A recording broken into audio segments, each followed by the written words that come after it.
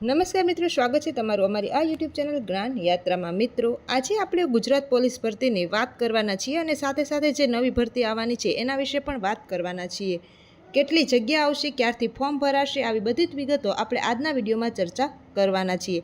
ત્યાર રાજ્યમાં પોલીસ વિભાગમાં ખાલી જગ્યાઓ ભરવાના મુદ્દે ચાલી રહેલા કેસમાં હાઈકોર્ટની ચીફ જસ્ટિસની ખંડપીઠે રાજ્ય સરકારને સૂચન કર્યું કે દર વર્ષે પોલીસ ભરતી માટેનું કેલેન્ડર બહાર પાડવામાં આવે। ત્યારબાદ પોલીસમાં સીધી ભરતી સમયસર નહીં થાય તો પ્રમોશનલ ભરતીમાં પણ યોગ્ય ઉમેદવાર નહીં મળે અને એમાં પણ વિલંબ થઈ શકે છે। હાઈકોર્ટમાં સરકારી વકીલે શુક્રવારે કોર્ટને એ પણ જણાવ્યું હતું કે પોલીસ બેડામાં પ્રથમ તબક્કામાં 11,373 જગ્યાઓ પર ભરતી પ્રક્રિયા ચાલી રહી છે, જેમાં પીએસઆઈની ફિઝિકલ ટેસ્ટનું પરિણામ 17 ફેબ્રુઆરીએ જાહેર કરવામાં આવ્યું હતું।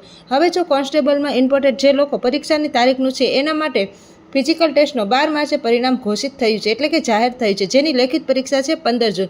15 જૂને તમારી પરીક્ષા છે, જેમાં કોઈ પણ સ્થાને પરીક્ષામાં ફેરફાર નહીં થાય, એટલે કે 15 જૂનના દિવસે જે કોન્સ્ટેબલની પરીક્ષા આવવાની છે એ લેવામાં આવશે અને પીએસઆઈની પરીક્ષામાં 30 એપ્રિલના રોજ પરિણામ જાહેર થયું હતું। હવે વાત કરીએ મિત્રો, તો પીએસઆઈની પરીક્ષા જે પણ લોકો પીએસઆઈની અપડેટ લેવા માગે છે, જે લોકો પાસ થઈ ગયા છે કે મેરિટમાં આવે છે, એવા લોકો હવે તેની ભરતી સબ્જેક્ટિવ પરીક્ષાના લેવલ ઉપર છે।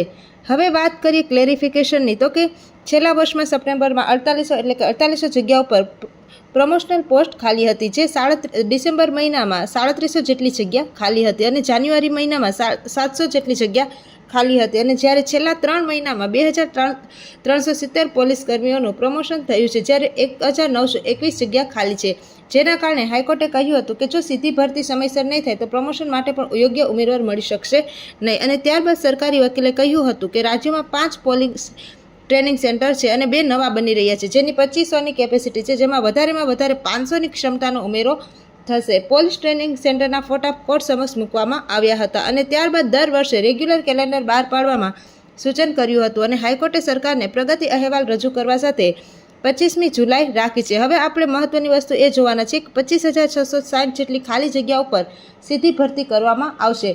પહેલા તબક્કામાં 11,000 કરતાં વધુ પોસ્ટ માટે ભરતી બહાર પાડવામાં આવેલી છે, જે હાલની ભરતી છે, જેમાં અત્યારે શારીરિક કસોટી પૂર્ણ થઈ ચૂકી છે, જેના માટે 10 લાખ ઉમેદવારો નોંધાયા હતા અને 25,660 પૈકી બાકીની જે ખાલી જગ્યાઓ એટલે કે 14,283 જગ્યાઓ પર બીજા તબક્કાની ભરતીની જાહેરાત ઓગસ્ટ અથવા તો સપ્ટેમ્બરમાં બહાર પડશે। ત્યારબાદ મિત્રો, નવી જે ભરતી છે એ જાન્યુઆરી ફેબ્રુઆરીની વચ્ચે આવી શકે એવી જાહેર છે। આવા જ નવા વિડીયો સાથે આપણે ફરીથી